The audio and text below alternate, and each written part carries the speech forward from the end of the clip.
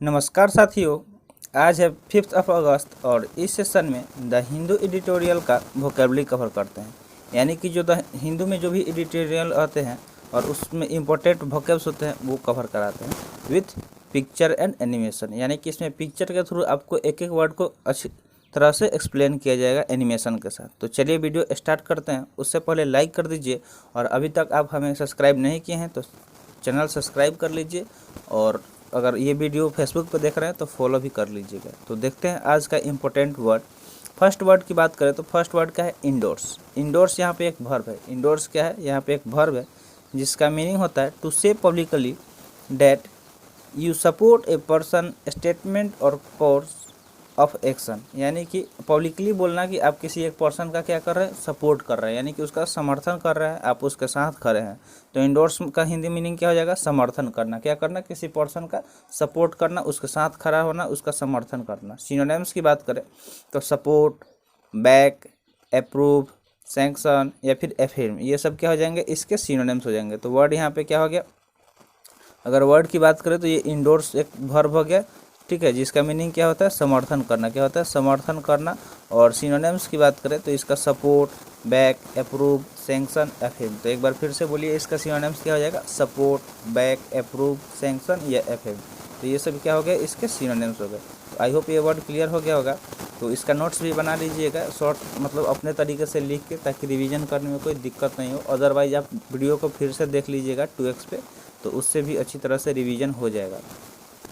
Next word की बात करें तो नेक्स्ट वर्ड है परप्लेक्सिंग। परप्लेक्सिंग यहाँ पे क्या है? एक एडजेक्टिव है। परप्लेक्सिंग यहाँ पे क्या है? एक एडजेक्टिव है जिसका मीनिंग होता है मेकिंग यू कंफ्यूज्ड और worried because you don't not understand something. मतलब अगर आप कुछ चीज़ नहीं समझ पाएंगे तो क्या होंगे? इजीली सी बात है, आप कंफ्यूज हो जाएंगे, ठीक है। तो कुछ ऐसा चीज़ जो क्या करे? आपको चिंताजनक बना दे, वरीड बना दे या फिर कंफ्यूज कर दे, क्यों? तो उसको क्या बोलेंगे? परप्लेक्सिंग बोलेंगे, ठीक है। तो उसका हिंदी मीनिंग क्या हो जाएगा? पेचीदा। मतलब कोई ऐसा चीज़ जो पेचीदा हो, जिसको आप इजीली सॉल्व नहीं कर पाएँ, जैसे पजल होता है।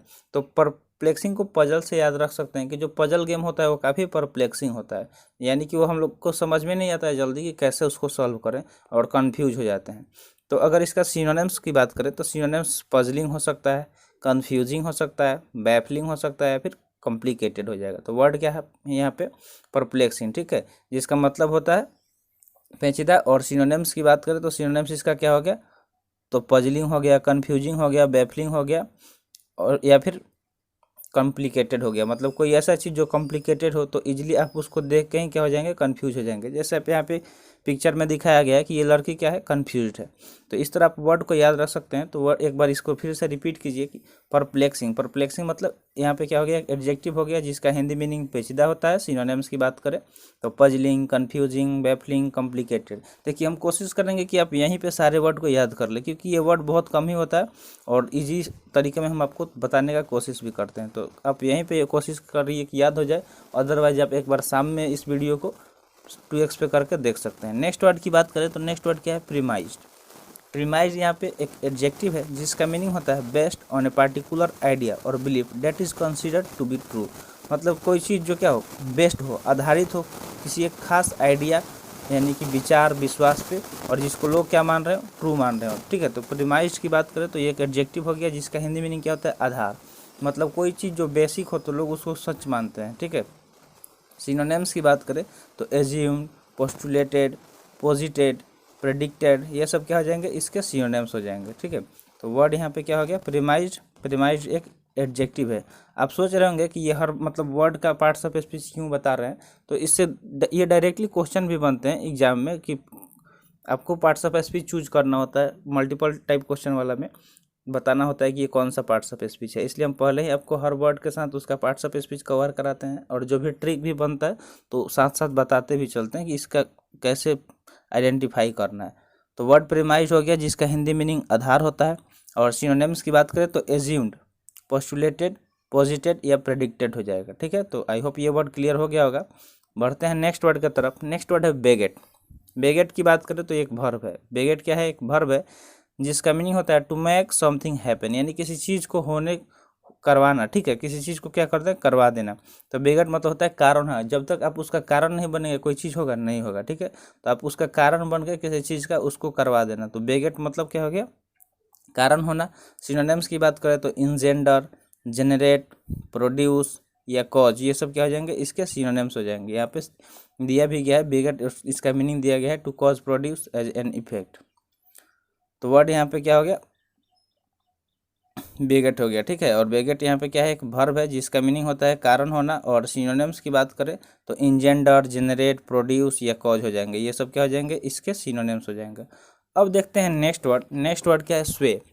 स्वे की बात करें तो एक वर्ब है जिसका मीनिंग होता है to persuade somebody to believe something और टू डू समथिंग, यानी किसी को क्या करना, परसुएड करना, ठीक है, उसको ऐसे परसुएड करना ताकि वो किसी चीज़ पे विश्वास करने लगे, ठीक है, या कुछ करने के लिए रेडी हो जाए। तो स्वे मतलब क्या होता है कि इसका हिंदी मीनिंग होता है प्रभावित, यानी किसी को क्या कर देना, प्रभावित करना, इन्फ्लुएंस कर देना, ठीक है।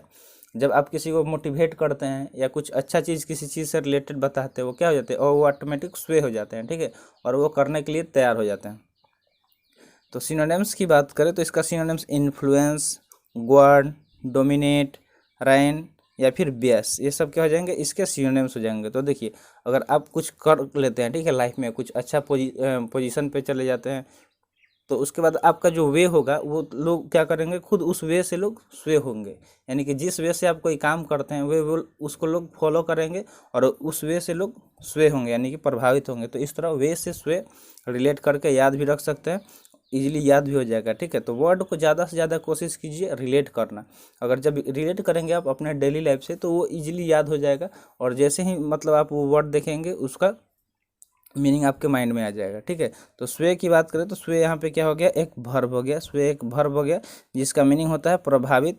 और सिनोनिम्स की बात करें तो इन्फ्लुएंस, गवर्न, डोमिनेट, राइन या फिर बाइस, ये सब क्या हो जाएंगे, इसके सिनोनिम्स हो जाएंगे। तो अब देखते हैं next word. Next word fractious. देखिए फ्रैक्टियस यहाँ पे क्या हो गया, एडजेक्टिव हो गया, क्योंकि लास्ट में ओ यू एस आया है। अगर ओ यू एस किसी वर्ड के लास्ट में आता है तो उसको हम क्या आइडेंटिफाई करेंगे, एडजेक्टिव, क्योंकि ओ यू एस एक एडजेक्टिव सफिक्स होता है। और सफिक्स क्या होता है, तो जो वर्ड के लास्ट में आके जुड़ता है उसको सफिक्स बोलते हैं। तो फिर जो पहले जुड़ता होगा उसको क्या बोलेंगे, तो उसको प्रेफिक्स बोलते हैं, ठीक है। तो ये चीज़ें आपको पता होनी चाहिए कि सफिक्स और प्रेफिक्स, इसमें कंफ्यूज मत होइएगा, ठीक है। तो फ्रैक्टियस में क्या हो गया, ओ यू एस जुड़ गया इसलिए एडजेक्टिव हो गया। और इसके मीनिंग की बात करें तो easily upset specially by small thing, मतलब कोई इंसान क्या हो जो इजीली अपसेट हो जाता हो किसी छोटे चीज़ को लेकर। जैसे जो बचपन में क्या होता था, छोटी छोटी बातों पे हम लोग अपसेट हो जाते थे, लगते थे रोने चिल्लाने। तो प्रैक्टिसियस मतलब भी वही होता है, चिड़चिड़ा, मतलब जो बच्चे होते हैं वो क्या होते हैं, किस नेचर के, तो फ्रैक्टियस नेचर के होते हैं। छोटी छोटी बातों पे मतलब वो लगते हैं अपसेट हो जाते हैं। तो फ्रैक्टियस के सिनोनिम्स की बात करें तो इरिटेबल हो सकता है, रिकल्ट्रेंट हो सकता है, रिफैक्ट्री हो सकता है या फिर पीबीस हो सकता है। तो ये सब क्या हो जाएंगे, इसके सिनोनिम्स हो जाएंगे। तो इसको अगर याद रखना हो फ्रैक्टियस को तो कैसे याद रखेंगे, सपोज मान लीजिए कि ऐसे बोल सकते हैं कि जब से उसको फ्रैक्चर हुआ है उसका नेचर फ्रैक्टियस हो गया है, ठीक है।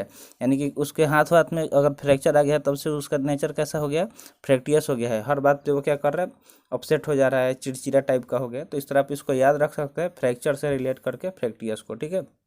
यहाँ पे पिक्चर में भी दिखाया गया है, देखिए यहाँ पे ये लोग क्या, ये चिड़चिड़े टाइप के हैं दोनों, जो किसी बात पे भी क्या हो जा रहे हैं, अपसेट हो जा रहे हैं, एक दूसरे पे चिल्लाने लग रहे हैं।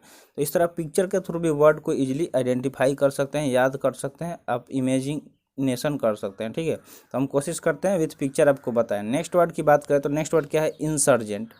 इंसर्जेंट की बात करें तो ये यहाँ पे एडजेक्टिव है। ये क्या है, एक एडजेक्टिव है जिसका मीनिंग होता है फाइटिंग अगेंस्ट द गवर्नमेंट और arm forces of their own country, मतलब अपने ही देश के जो फोर्सेस हैं, सेना है, उसके खिलाफ लड़ाई करना या फिर अपने सरकार के खिलाफ लड़ाई करना, तो उसको क्या बोलते हैं, इंसर्जेंट बोलते हैं। तो ये वर्ड आप याद रखेंगे, ये काफ़ी इंपॉर्टेंट वर्ड है क्योंकि ये प्रीवियस ईयर क्वेश्चन भी बन चुका है, ठीक है। तो इंसर्जेंट की बात करें तो ये एक एडजेक्टिव है जिसका मीनिंग क्या होता है, द्रोही। क्या होता है, द्रोही, यानी कि जो अपने देश के खिलाफ ही खड़ा हो जाए, अपने देश के सेना से लड़ने लगे, अपने सरकार से लड़ने लगे, तो उसको क्या बोलेंगे, द्रोही बोलेंगे, ठीक है। सिनोनिम्स की बात करें तो रेविलियस हो सकता है, म्यूटिनीज हो सकता है, सेडिटियस हो सकता है, या फिर म्यूटिनियर हो सकता है। तो इंसर्जेंट मतलब क्या हो गया, द्रोही हो गया, ठीक है। तो आपके लिए एक मतलब यहाँ पे म्यूटिनियस वर्ड आया है, तो म्यूटिनियस से आपसे एक क्वेश्चन है कि सिपॉय म्यूटनी कब हुआ था इंडिया में, ठीक है। ये आपके लिए क्वेश्चन रहेगा और आप इसका आंसर कमेंट सेक्शन में जरूर कमेंट कीजिएगा कि सिपॉय म्यूटनी इंडिया में कब हुआ था, ठीक है। हम देखते हैं कि कौन कौन बच्चे इंग्लिश के साथ साथ जीके जीएस पे भी फोकस किया हुआ है, तो इसका आंसर जरूर दीजिएगा कि सिपॉय म्यूटनी कब हुआ था, ठीक है। इस पे एक मूवी भी है, ठीक है, तो वो मूवी अगर देखे होंगे तो जरूर आपको आंसर पता होगा। तो यहाँ पे वर्ड क्या हो गया, इंसर्जेंट हो गया, जो एक एडजेक्टिव है जिसका मीनिंग होता है द्रोही। और सिनोनिम्स की बात करें तो रेबेलियस, म्यूटेनियस, सेडिटियस या फिर म्यूटिनियर, ये सब इसके सिनोनिम्स हो जाएंगे। तो अब देखते हैं नेक्स्ट वर्ड है इंट्रेंट।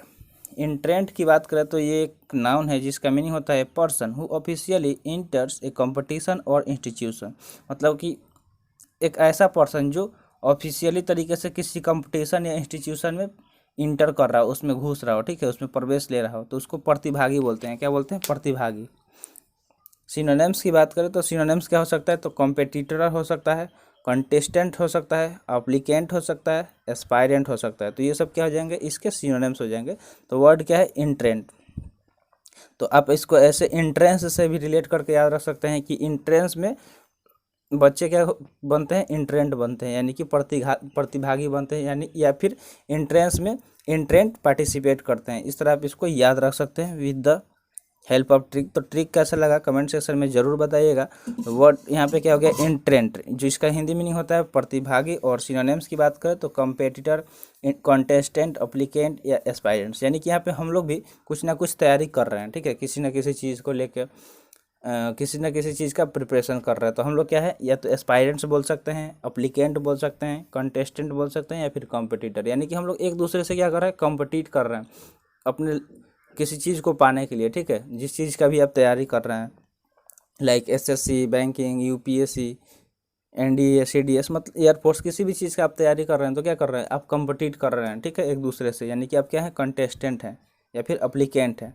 तो आई होप ये वर्ड समझ में आ गया होगा। इंट्रेंट को कैसे याद रखना है कि इंट्रेंस एग्जाम होता है ना, किसी भी चीज़ में का इंट्रेंस एग्जाम होता है, तो इंट्रेंस एग्जाम में लोग क्या होते हैं, इंट्रेंट होते हैं, यानी कि प्रतिभागी होते हैं। तो यहाँ पे पिक्चर भी दिखाया गया है, पिक्चर के थ्रू भी आप इसको याद रख सकते हैं। पिक्चर में यहाँ पे क्या दिखाया गया, पिक्चर में दिखाया गया कि ये क्या है, पार्टिसिपेंट क्या है, किस पे, माउंटेन पे चढ़ने के लिए, ठीक है, माउंटेनियरिंग करने के लिए ये पार्टिसिपेंट है, ठीक है। तो इस तरह आप इसको याद रख सकते हैं। देखते हैं नेक्स्ट वर्ड है रियोटोरिक, ठीक है। रियोटोरिक यहाँ पे एक नाउन है जिसका मीनिंग होता है स्पीच और writing that is intended to influence people but that is not completely honest और सिंसियर। मतलब कोई एक ऐसा स्पीच या फिर राइटिंग, मतलब जो कुछ लिख के, जैसे एडिटोरियल वगैरह हो गया, कोई ऐसा मोटिवेशनल लाइन जिससे क्या हो रहा है, लोग मतलब उसमें ये उसका इंटेंडेंट क्या हो, उसका इरादा हो कि लोगों को इन्फ्लुएंस करे, लेकिन वो चीज़ क्या हो, कम्प्लीटली ऑनेस्ट नहीं हो, पूर्ण तरीके से ईमानदारी से नहीं, मतलब सही नहीं हो, ठीक है, फिर भी लोग को क्या, उसका इंटेंशन क्या है कि लोगों को प्रभावित करना, इन्फ्लुएंस करना। तो उसके लिए रेटोरिक वर्ड यूज करते हैं जिसका हिंदी मीनिंग होता है अलंकार शास्त्र। अलंकार शास्त्र मतलब क्या होता है कि कोई चीज़ जो मतलब सजा के बोला गया हो, ठीक है, खुद से बना के वैसा किया जा रहा होता है। रेटोरिक मतलब अलंकार शास्त्र हो गया। सिनोनिम्स की बात करें तो इसका सिनोनिम्स ओरेटरी हो सकता है, इलोक्वेंस हो सकता है, मैग्नीलोक्वेंस हो सकता है, फिर बॉम्बास्ट हो सकता है। तो ये सब क्या हो जाएंगे, इसके सिनोनिम्स हो जाएंगे। तो वर्ड यहाँ पे क्या हो गया, रेटोरिक हो गया, जो एक नाउन है जिसका मीनिंग होता है अलंकार शास्त्र। सिनोनिम्स की बात करें तो ओरेटर, इलोक्वेंस, मैग्नीलोक्वेंस या बॉम्बास्ट। तो एक बार फिर से बोलिए, वर्ड क्या है, रेटोरिक, जिसका मतलब क्या होता है कि कोई मतलब किसी को इन्फ्लुएंस करने के लिए बातों को बढ़ा चढ़ा के बोलना, ठीक है, या फिर ऐसा स्पीच या राइटिंग जो जिसका इंटेंशन हो लोगों को प्रभावित करना, इन्फ्लुएंस करना, लेकिन वह पूर्ण तरीके से क्या हो, ऑनेस्ट और सिंसियर नहीं हो। तो और इसका सिनोनिम्स ओरेटरी, इलोक्वेंस, मैग्नीलोक्वेंस या फिर बम्बास्ट हो जाएगा। तो आई होप ये वर्ड अभी याद हो गया होगा आपको। तो देखते हैं नेक्स्ट वर्ड है फाथम। फाथम का मतलब होता है, फाथम यहाँ पे वर्ब है जिसका मीनिंग होता है टू अंडरस्टैंड और find an explanation for something. यानी किसी चीज़ को अच्छी तरह से समझना और या उसको एक्सप्लेनेशन को क्या करना, समझना, ठीक है। तो फैथम का मतलब होता है अच्छी तरह समझ लेना, क्या करना, अच्छी तरह समझ लेना किसी चीज़ को। तो सिनोनिम्स की बात करें तो इसका सिनोनिम्स क्या हो सकता है, कॉम्प्लेन हो सकता है, ग्रज हो सकता है, ऑब्जेक्शन हो सकता है, सॉरी यहाँ पे ये सिनोनिम्स ये सब नहीं हो जाएगा, इसको छोड़ दीजिए, ठीक है। तो इसका सिनोनिम्स आप खुद से बना के लाइएगा। ये प्रीवियस वाला स्लाइड का ही यहाँ पे सिनोनिम्स हो गया है, चेंज नहीं हुआ है।